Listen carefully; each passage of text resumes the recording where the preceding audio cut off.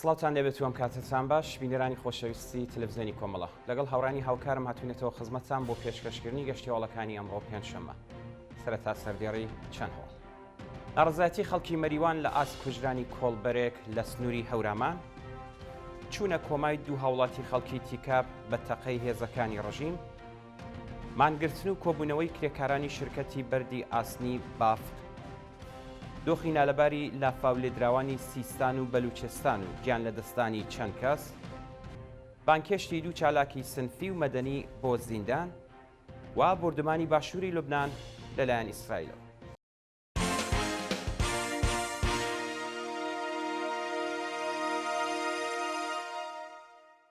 درێژەی هەواڵەکان ناڕزایەتی خەڵکی مەریوان لە ئاسکوژرانی کۆڵبەرێک لە سنووری هەورامان ڕۆژی چوارشەممە 29 خاکە لێوە خەڵکی شۆڕشیێڕی مەریوان لە ئاسکوژرانی کۆڵبەرێک بە ناوی سەیوان دەست ئەفکەن ناڕزایەتیان دەربڕی و لەگەڵ مەئمورانی حکوومەت بە شەڕات. بەیانی ڕۆژی چوارشەممە کۆڵبەرێکی خەڵکی گوندی دەرەپەیمانی سەر بە شاری مەریوان بە ناوی سەیوان دەست ئەفکەن بە تەقەی سەرکوتگەرانی خامنەئی لە سنووری تەتەی هەورامان گیانی بەخت کرد. کاتێک تەرمیە و کۆڵبەرە بۆ نەخۆشخانەی بوعەلی مەریوان گوازرایەوە خەڵکی ئەو شارە لە بەردەم نەخۆشخانە کۆبوونەوە و لەگەڵ سەرکوتگەرانی ڕەژیم بەشەڕات. بەیانیەی دایکانی شۆڕشی ژینا لەسەر گیانبەختکردنی دالیا ئەندام لە سنە. دایکانی شۆڕشی ژینا لە شاری سنا ڕۆژی چوارشەممە 29 خاکە لێوە لە بەیاننامەیەکدا ڕوونکردنەوەیەکیان لەسەر خۆکوژی سیاسی دالیا ئەندام یەکێک لە گیانبەختکردوانی شۆڕشی ژینا بڵاو کردەوە. بەپێی ئەو بەیاننامەیە دالیا ئەندام تەمەن 15 ساڵ لە ڕەوتی شۆڕشی ژینا یەکێک لە تێکۆشەرانی بوێر و ئازای سەرشەقام بووە کە لە ڕۆژی 26 خەزەڵوەری 1401 لە خۆپیشاندانەکانی دژ بە گیانبەختکردنی چوار گەنجی سنە بە فیشەکی ساچمەیی بریندار و ناچار بوو خۆی فرێداتە نێو ئاوی چۆمی قشلاقەوە لە نێو ئەو ڕووبارەدا بۆ جارێکی دیکە فیشەکی بەرکەوت بەڵام ڕزگاری بوو و چەند جار نەشتەرگەری بۆ کرا. ئەو کچە تێکۆشەرە پاش چاکبوونەوە دووبارە گەڕایەوە سەر شەقام و ئەم جارە بە زەربەی باتومی سەرکوتگەران بە سەختی بریندار کرا. بنەماڵەی دالیا بۆ ماوەیەک ڕێگەیان نەدا لە ماڵ بچێتە دەرەوە بەڵام هەڕەشەی بەردەوامی ناوەندە ئەمنیەتیەکان ئەو چالاکوانەی تووشی خەمۆکی کرد و بەداخەوە ڕۆژی هەفتەی سەرماوەزی 1402 دەستیدایە خۆکوژی و گیانی بەخت کرد. چوونە کۆمای دوو هاوڵاتی خەڵکی تیکاب بە تەقەی هێزەکانی ڕژیم.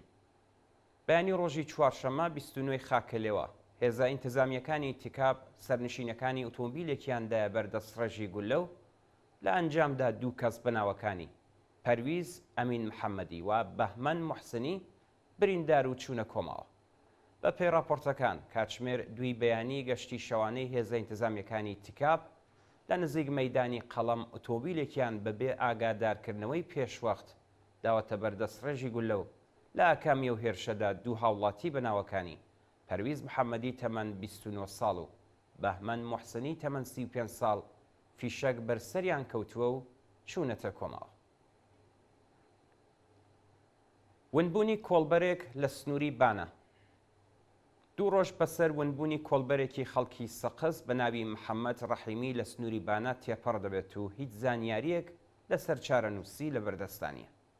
بە وتەی سەرچاوەکانی هەواڵ دوو ڕۆژ لەمەوبەر هێزە سەرکوتگەرەکانی کۆماری ئیسلامی کۆمەڵێک کۆڵبەریان داوەتە بەردەستڕێژی گولە و لە ئەنجامی و هێرشەدا کۆڵبەرێک بە ناوی محەممەد ڕەحیمی خەڵکی سەقز ون بووە و هیچ زانیاریەک لەسەر چارەنووسی لە بەردەستانیە. مانگرتن لە خواردنی بەندکراوێک لە زیندانی ورمێ. حەسەن عومەرپور بەندکراوی ڕاگیرا و لە زیندانی ورمێ کە ماوەی 10 ساڵ بەندکرانی تێپەڕ دەکات لە ڕۆژی یەکشەممە 26 خاکە لێوەی 1403ەوە لە ناڕزایەتی بە بێڕێزی دادستانی ورمێ بە خۆی و بنەماڵەکەی مانی لە خواردن گرتووە. حەسەن عومەرپور داوای پێداچوونەوەی بە پەروەندەکەی کرد بوو بەڵام دادستانی ورمێ بێڕێزی بە خۆی و بنەماڵەکەی کردووە.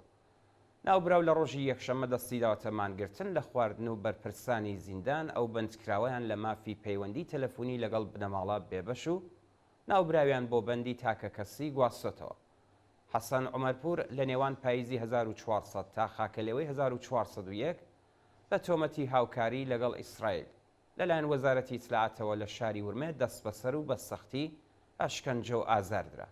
ئەو بەندکراوە سیاسیە کۆتاییەکانی مانگی ڕەشەمەی 1401 لەلایەن لە قیسەی دادگای ئینقلابی ورمێ بە سەرۆکایەتی قازی نەجەف زادە بە 10 ساڵ زیندان مەحکوم کراوە. شایانی باسە کە 4 تۆمەتباری دیکەی ئەو پەروەندە بە ئێعدام مەحکوم و لە ڕێکەوتی هەشتی بەفرامباری 1402 هەتاوی لە زیندانی ورمێ ئێعدام کراوە. مانگرتن و کۆبوونەوەی کرێکارانی شرکەتی بەردی ئاسنی بافق. ڕۆژی چوارشەممە 29 خاکەلێوە کرێکارانی شرکەتی بەردی ئاسنی بافق لە ناڕزایەتی بە جێبەجێ نەکردنی داخوازیەکانیان دەستیان لە کارکێشایەوە و مانیان گرت. بە پێی زانیاریەکان کرێکارانی شرکەتی بەردی ئاسنی بافق لە ئاسفرۆشتنی سەهامی ئەو شرکەتە لە بازاڕی بورس و دیاریکردنی باجی 2% هەروەها گەندەڵی بەڕێوەبەرانی ئەو شرکەتە ناڕازین و دەڵێن سیاسەتەکانی دەوڵەت ژیان و مەعیشەتی کرێکارانی ئەو شرکەتەی خسوەتە مەترسیەوە.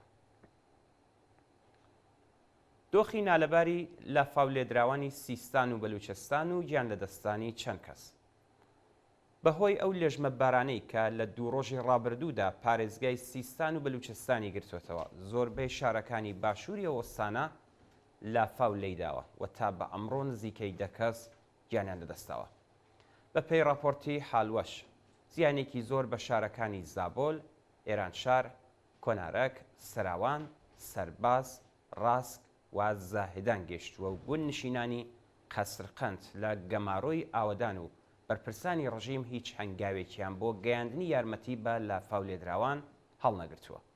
تا بە ئێستا 3 کرێکاری ڕێگەی ئاسن دوولاوی تەمەن 17 ساڵ و 5 شارۆمەند بەهۆی نقمبوون بەرەگرتووی و ڕووخانی دیوار گیانیان لەدەستاوە چەند کەس بێسەر و شوێن بوون و چارەنووسیان نادیارە. ئێدامی دوو بەندکراو لە زیندانی قزل حەسار. بەیانی ڕۆژی چوارشەممە 29 خاکەلێوە حکمی ئەعدامی دوو بەندکراو بە تۆمەتەکانی کوشتنی بە ئەنقەست و بازرگانی بە مادەی هۆشبەر لە زیندانی قزل حەساری کەرەج جێبەجێکرا. بە پێی راپۆرتی ناوەندەکانی مافی مرۆڤ ناسناوی یەکێک لە بەندکراوان کە خەڵکی ئەفغانستان و دانیشتووی شارستانی وەرامین بووە بریتیە لە سادق تاجیک. ئەو بەندکراوە پێشتر بە تۆمەتی کوشتنی بانقەست دەست بەسەر و بەیەدام مەحکوم کرابوو. جێگەی ئاماژەیە کە ناسناوی بەندکراوی دووەم هێشتا ڕوون نەکراوەتە. بێبەشکردنی بەندکراوی سیاسی محەممەد شافعی گورابی لە دەرمان. محەممەد شافعی گورابی بەندکراوی سیاسی مەحکوم بە 3 ساڵ و 9 مانگ بەندکران لە زیندانی قزل حەساری کەرەج لە دەستڕاگەیشتن بە دەرمان بێبەشکراوە. بە پێی راپۆرتی کەمپینی بەرگری لە بەندکراوانی سیاسی و مەدەنی محەممەد شافعی گورابی لەلایەن نەژنوێەوە تووشی بڕانی مینسک بووە و چەند مانگە بەرپرسانی زیندان لەگەڵ گواستنەوەی بۆ نەخۆشخانەی دەرەوەی زیندان دژایەتی دەکەن. ناوبراو پێشتر چەند جار داوای مەرەخەسی دەرمانی کرد بوو بەڵام سەرۆکی ڕێکخراوی زیندانەکانی کۆماری ئیسلامی ئەو چالاکە سیاسیەی لە دەستڕاگەیشتن بە دەرمان بێبەش کردووە. شایانی باسەکە محەممەد شافعی گورابی لە بەرواری هەشتی سەرماوەزی 1400 لەلایەن ئیتلاعاتی سوپای پاسدارانەوە دەست بەسەر. بانکێشتی دوو چالاکی سنفی و مەدەنی بۆ زیندان. ڕۆژی چوارشەممە 29 خاکەلێوە شەهاب نەزەری چالاکی مەدەنی خەڵکی ئیزە و محەممەد سادقی چالاکی سنفی معلیمانی خەڵکی عێراق بە مەبەستی تێپەڕکردنی ماوەی بەندکران بانکێشکراون. شەهاب نەزەری بە تۆمەتەکانی بێڕێزی بە پیرۆزیەکانی ئیسلام، هاندانی خەڵک بۆ خۆپیشاندان و تەبلیغ دژ بە نیزام بە 3 ساڵ زیندانی تەعزیری مەحکوم کراوە. ڕۆژی ڕابردوو ئەو چالاکە سیاسیە بە مەبەستی تێپەڕکردنی ماوەی بەندکرانی بانکێشتی زیندانی شەیبانی ئەهواز کراوە. لەلایەکی دیکەوە محەممەد سادقی معلمی خانەنشینکراوی خەڵکی عێراق کە پێشتر بە تۆمەتی چالاکی تەبلیغی دژی نیزام بە 1 ساڵ زیندانە سزادرابوو ڕۆژی ڕابردوو بە مەبەستی تێپەڕکردنی ماوەی بەندکرانی بۆ زیندانی ئەو شارە بانکێشکراوە. سەپاندنی سزای 1 ساڵ زیندان بەسەر ڕەزا ڕەمەزانزادە لە تەرەن. ڕەزا ڕەمەزانزادە چالاکی سیاسی خەڵکی تاران لەلایەن لەقی 24 دادگای ئینقلابی تاران بە 1 ساڵ زیندانی تەعزیری مەحکوم کرا. ڕەزا ڕەمەزانزادە سەرەتاکانی مانگی ڕەشەمەی ساڵی ڕابردوو پاشبانکران بۆ دادسەرای ئەڤین دەست بەسەر کرا. ئەو چالاکە سیاسیە ڕۆژی چوارشەممە 29 خاکەلێوە لەلایەن لەقی 24 دادگای ئینقلابی تاران بە تۆمەتی بڵاوکردنی پڕۆپاگەندە بە 1 ساڵ زیندانی تەعزیری ماحکوم کراوە. بردومانی باشووری لوبنان لەلایەن ئیسرائیل ڕۆژی چوارشەممە 29 خاکەلێوە ئەرتەشی ئیسرائیل لە وڵامی هێرشی پاهبادی حیزب اللای لوبنان بنکە و بارەگاکانی ئەو گروپەی لە باشووری لوبنان بە چڕی بردومان کرد. ڕۆژی ڕابردوو حیزب اللای لوبنان لە ڕێگەی پاهبادەوە هێرشی کردە سەر پایگاکانی سەربازانی ئیسرائیلی و 18 کەس بریندار بوون.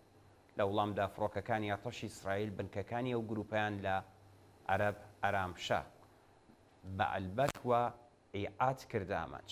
بە پێی ویددیوانی لە تۆڕە کۆمەڵایەتیەکان بڵاو کراوەتەوە ئەم بارەکانی حیزب الله و شوێنی کۆبوونەوەی هێزەکانیان بە بۆمبی فۆسفۆری بردومان کراوە، بەڵام ڕێژەی زیانەکانی هێشتا ئاشکرا نەکرەوە.